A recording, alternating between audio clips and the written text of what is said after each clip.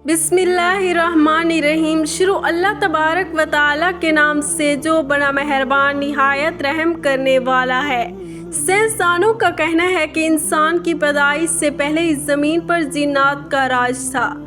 ज़्यादातर साइंसदान इस बात पर मुत्तफ़िक़ हैं कि हज़रत आदम अलैहिस्सलाम से पहले इस धरती पर डायनासोर्स रहते थे।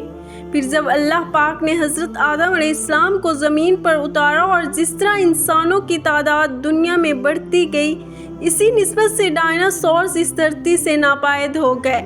आखिरकार सब के सब ख़त्म हो गए। हमारे जहन में ये सवाल पैदा होता है कि अल्लाह ताला ने दुनिया को क्यों पैदा किया और सबसे पहले इस दुनिया पर किसको भेजा। इस बात में तो किसी किस्म का कोई शक व शुबा नहीं है कि ज़मीन अल्लाह पाक ने पैदा की। और कुरान करीम की सूरत हदीद की आयत नंबर 4 में इरशाद बारी ताला है, वही है जिसने आसमानों और ज़मीनों को 6 दिन में पैदा किया, फिर अर्श पर जलवा फरमा हुआ और वो खूब जानता है ज़मीन पे जो चीज़ है और इससे निकले जो कुछ आसमान से नीचे आए, जो कुछ इस पर चढ़ कर जाए, जहाँ कहीं तुम हो वो तुम्हारे साथ है।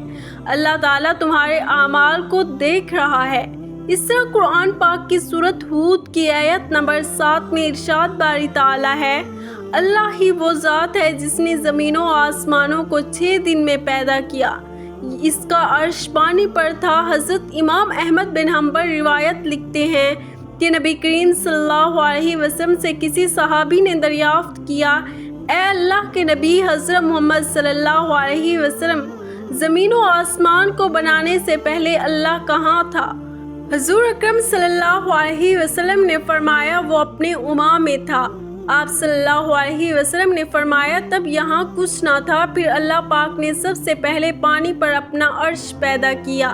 बहुत ज़्यादा रिवायात में है कि अल्लाह ताला ने सबसे पहले कलम को बनाया, फिर अल्लाह ताला ने कलम को हुक्म दिया तो क़यामत तक होने वाली हर चीज़ के बारे में लिख दे।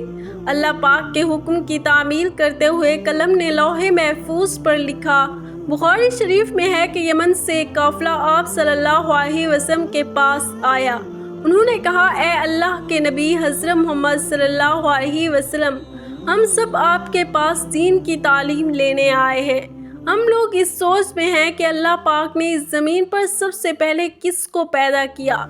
नबी अकरम सल्लल्लाहु अलैहि वसल्लम ने फरमाया बस अल्लाह ताला था, इसके अलावा कोई न था। अल्लाह पाक पानी पर राज कर रहा था। फिर अल्लाह ताला ने कलम को बनाया, इसको हुक्म दिया कि लौहे महफूज पर हर एक शय को लिख दे। कलम ने अल्लाह के हुक्म की तामील की, फिर ज़मीनों आसमानों को अल्लाह ने पैदा किया, यानी कि सबसे पहले पानी और इसके बाद कलम, फिर कलम से सब शय को लिखकर महफूज किया।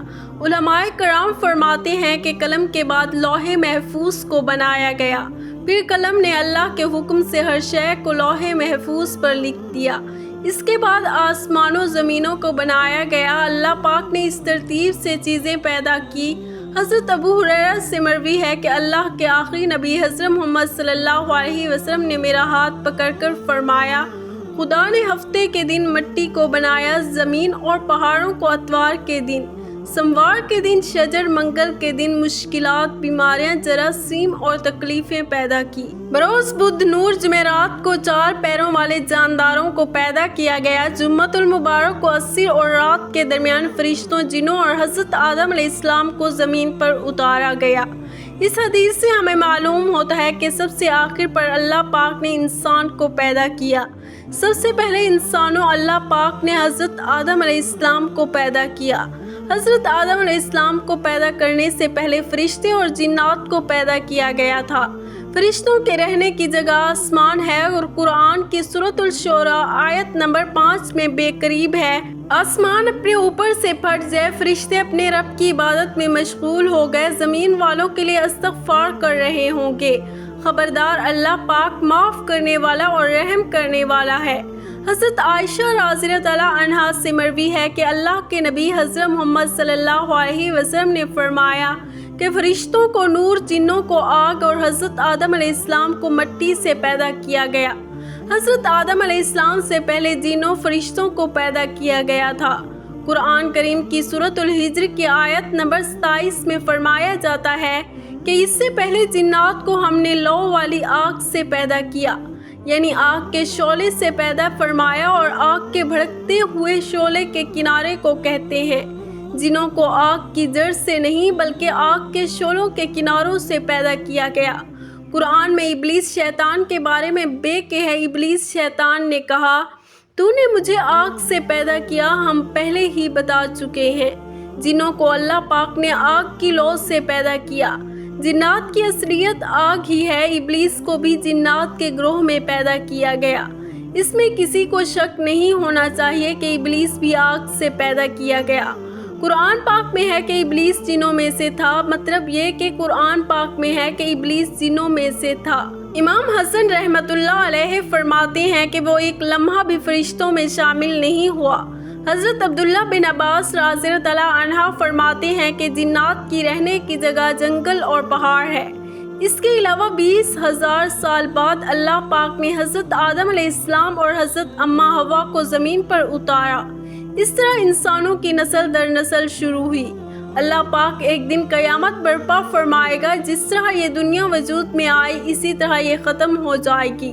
اللہ پاک سے دعا ہے کہ وہ ہمیں مرنے سے پہلے نیک اعمال کرنے کی توفیق عطا فرمائے اور ہمیں نبی کریم صلی اللہ علیہ وسلم سے بے پناہ محبت کرنے کی توفیق عطا فرمائے۔ آمین یا رب العالمین۔